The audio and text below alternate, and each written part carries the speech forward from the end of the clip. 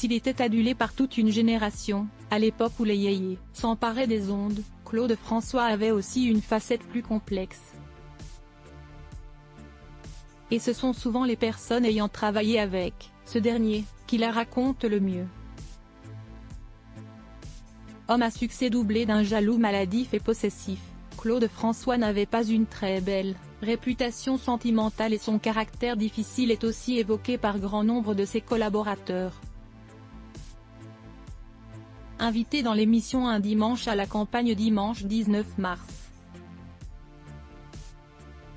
Michel Thor s'est ainsi souvenu qu'il était notamment odieux. Pendant quelques années, j'aime bien dire que j'ai fait l'école Claude François.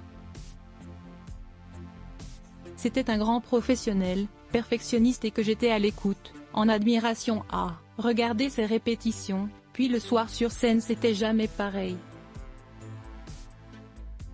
Il improvisait souvent des textes pour dire à ses musiciens ce qu'il pensait d'eux. Il les traitait de tarés des fois pendant le concert. Il était odieux, il était charmant, a confié Michel Thor devant Vianney et Alexis Michalik. Visiblement très impressionnée par Clo-Clo, elle a préféré largement relativiser quant à sa part plus sombre. Il était charmant avec moi à cette époque, l'interprète de J'aime était très jeune, était mineure. Elle a fait ses premiers pas dans la chanson à l'âge de 16 ans.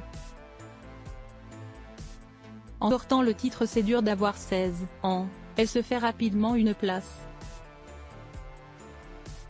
Et c'est à 17 ans que Michel Thor monte pour la première fois sur scène à l'Olympia, où elle assure la première partie de Claude François. Mais elle n'en garde que de bons souvenirs. En effet, s'il arrivait visiblement à Claude François d'être odieux avec certains de ses musiciens, la jeune fille, elle, était très bien traitée. J'étais la seule fille dans la tournée donc il était charmant avec moi, il était très protecteur. J'avais droit au Bordeaux le soir, au souper. A-t-elle fait savoir à Frédéric Lopez.